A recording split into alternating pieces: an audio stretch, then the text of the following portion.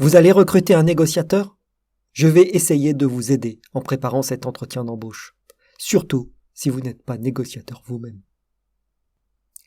Donc, si vous allez recruter un acheteur ou un commercial ou tout autre négociateur, je vous invite à suivre cette vidéo avec attention. Bien sûr, tout ne sera pas à prendre à la lettre, mais je pense que vous en tirerez quelques bonnes idées.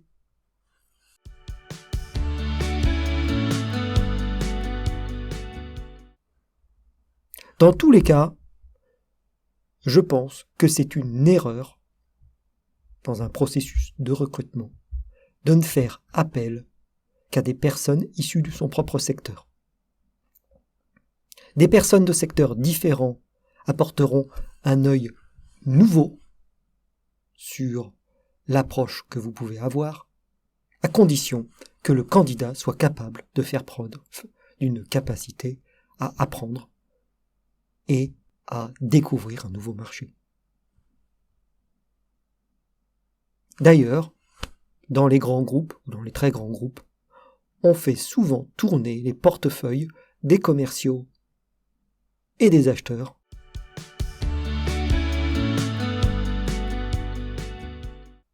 En effet, les négociateurs sont des gens un peu particuliers. Ils ont, ou en tout cas, ils doivent avoir l'habitude du conflit, avoir l'habitude de l'opposition et savoir parfaitement gérer le stress. Certains défauts pour d'autres postes seront des qualités pour un négociateur.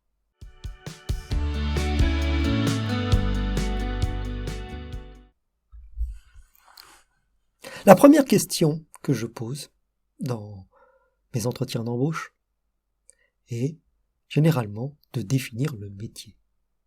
Et j'en dis pas plus. J'attends que le candidat soit capable de définir son métier, mais d'aller bien au-delà dans la description de ce qui est effectivement écrit sur la fiche de poste. Pour tout négociateur, quelques points classiques et indispensables vont être la négociation des prix et des conditions associées, la négociation des contrats,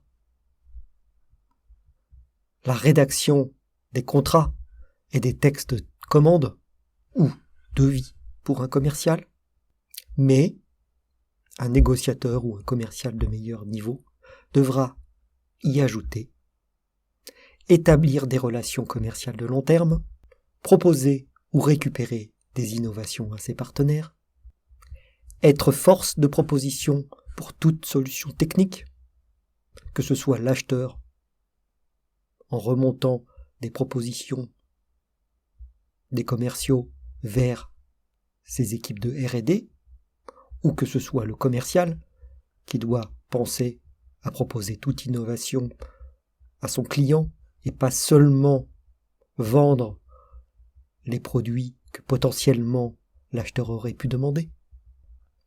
Pour un acheteur, établir une politique achat en fonction de son périmètre de responsabilité, et ceci implique la mise en place de manière sérieuse et structurée d'une liste de fournisseurs préférentiels. Et c'est encore mieux s'il est capable de préciser exactement la méthodologie qu'il a suivie ou qu'il suit pour établir ces listes de fournisseurs, que l'on va appeler des panels de fournisseurs. Et pour le commercial, c'est d'être capable d'avoir une bonne connaissance de son marché, et je dirais même plus, être capable de suivre des techniques pour apprendre à connaître un marché particulier.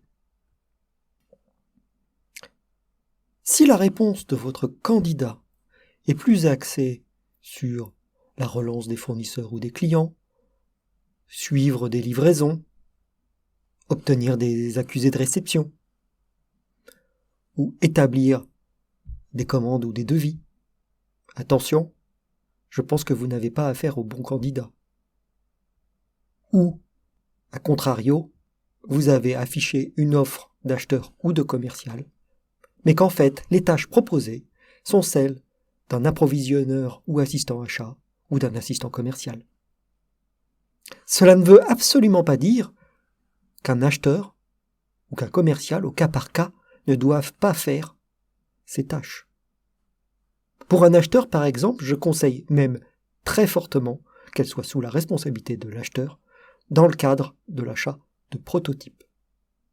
Puisque c'est souvent lié à des projets où il doit y avoir une intrication forte entre les achats et la R&D. Mais il faudra bien comprendre que ça ne doit pas être leur cœur de métier. Je vous invite à cliquer ici pour accéder à l'épisode 2 lorsqu'il sera publié. Il traitera de l'évaluation des compétences juridiques d'un négociateur. Maintenant, n'oubliez pas le pouce bleu si cette vidéo vous a plu, la cloche de notification et surtout, n'oubliez pas de vous abonner. À bientôt sur une autre vidéo.